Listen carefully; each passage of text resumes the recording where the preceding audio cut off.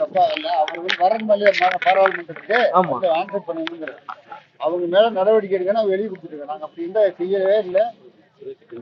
காரணம் சொல்றது ஏற்றுக்கொள்ளக்கூடிய காரணமா தான் சொல்றேன். அவரு மகரம் சொல்றதா என்ன தப்பு? குடியரசுத் தலைவர் உரைக்கு ஒரு பிரதம அமைச்சர் பதில் சொல்ல வேண்டிய கடமை.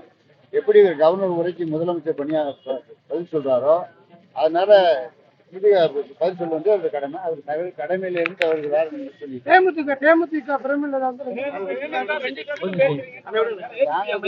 அதெல்லாம் ஒரு கட்சி பெரிய கட்சியை பத்தி பேசும்போது தப்பா இல்ல. அவங்க வரணும் பாராளுமன்றத்துக்கு ஆன்சர் பண்ணணுங்கிற அவங்க மேல நடவடிக்கை எடுக்க வெளியே கொடுத்துருக்கோம். நாங்க அப்படி இருந்தா செய்யவே இல்லை.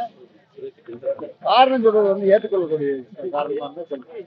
அவரு மகரம் சொல்றதா என்ன தப்பு? குடியரசுத் தலைவர் உரைக்கு ஒரு பிரதம அமைச்சர் பதில் சொல்ல வேண்டிய கடமை.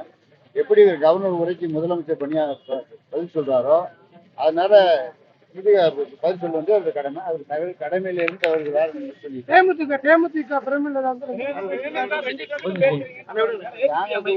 அதெல்லாம் ஒரு கட்சி பெரிய கட்சியை பத்தி பேசணும். செய்திகளை உடனுக்குடன் தெரிந்து கொள்ள கீழ்கண்ட கேபிள் மற்றும் டிடிஎச் நெட்வொர்க்குகளில் எம்நாடு செய்தி தொலைக்காட்சியை காணுங்கள்.